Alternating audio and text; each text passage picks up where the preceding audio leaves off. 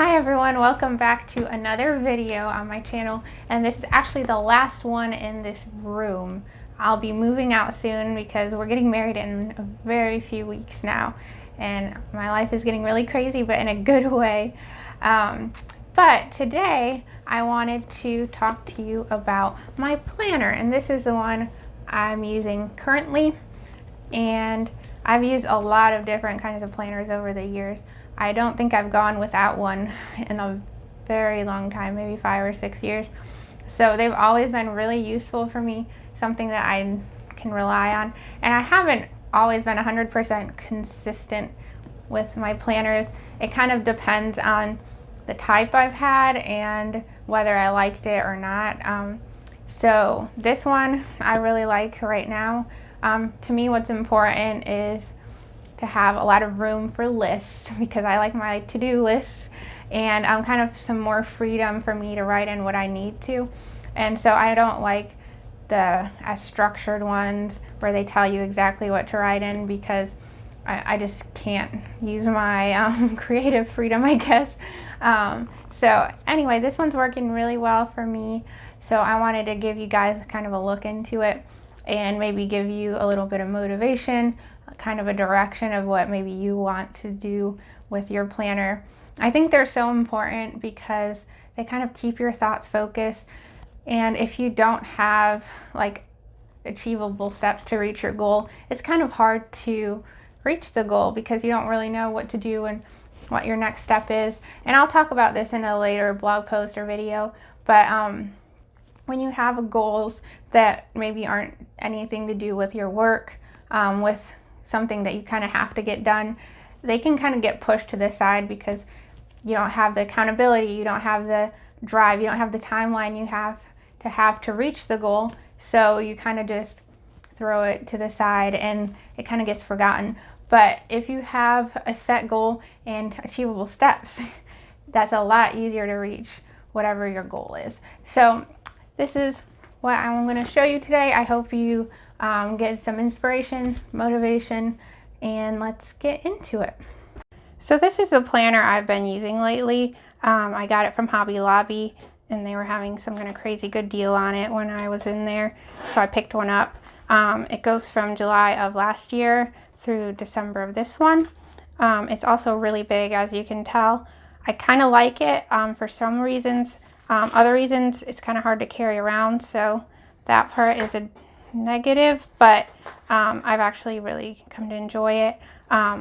So it has cute little designs, cute sayings. Every month is a little different, so I really like how they have it set up. And then of course back here they have the cool stickers. I honestly, like, as you can tell, haven't used them at all. It's because if I used them for what they were supposed to be used for, I would finish it all in 1 month, and I just haven't decided which one the chosen month will be. So it's kind of just there for when I want it. So turning to March, because it is March, here is how the first page looks.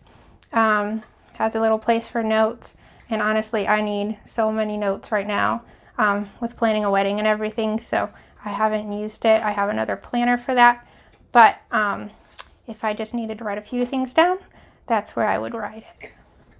And next page here is my calendar. So it's just the month at a glance, all the little stuff that's important. And I kind of write down my work schedule, appointments, different things, and it kind of gives me a look at what I need to do. And then on this side it has kind of goals for the month, birthdays of important people that I don't want to forget. So moving on, this is how a weekly schedule looks. So obviously they have like a column for each day, 3 different sections that it's broken into, which I really like. So let me tell you how I break mine down. So on the top here I have like hourly things that I do, and it's not compromisable, I guess. So like again, work or anything, and I kind of can see where I have time to do stuff if I have any gaps in there. And like I said here, this is my to-do list. And like I said in my previous post, I don't always put to-dos for myself because some days are really busy, really crazy, and I kind of just don't want to do anything when I get home. So I give myself a grace period. If I do have time to do something, good for me. I've done more than I planned. But other days when I don't have as much work, I have all this kind of stuff planned out. So that's my to-dos. That's what doesn't really have a schedule, doesn't have an hourly thing. So I can do it whenever I want during the day. And then here I have a meal planner. And this is really important for me because I cook for myself and for Keith. So I kind of have to plan out what I'm cooking, what I need to buy. So it's kind of helpful to look through and know what I'm going to do. And then on the side here again, goals for the week, gratitude, which is really cute. And then just different notes that again, I don't really use. But that's how my week looks. And as you can tell, it's not like super organized, not super structured. I kind of just want to know what I have to do this day and kind of get through it. So I give myself a lot of grace. Sometimes I don't do everything, but it's okay. That's the way my life looks right about now. So I hope you enjoyed that little overview of what my planner looks like.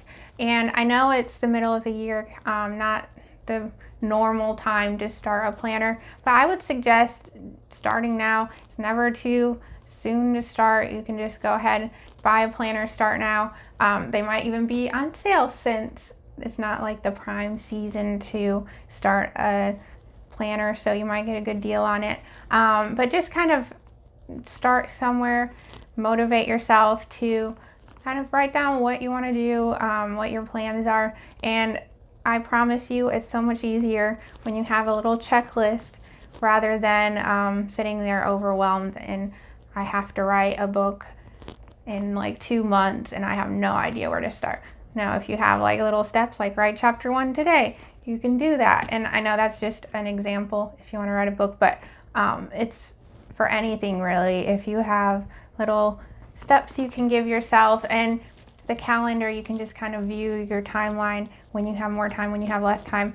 And it's so much easier when it's visual and it's not just all in your head and you're trying to process everything, because we're human, we forget things. So hopefully this is a help to you. Hopefully you get started, and I hope you get a little closer to achieving whatever you need to do.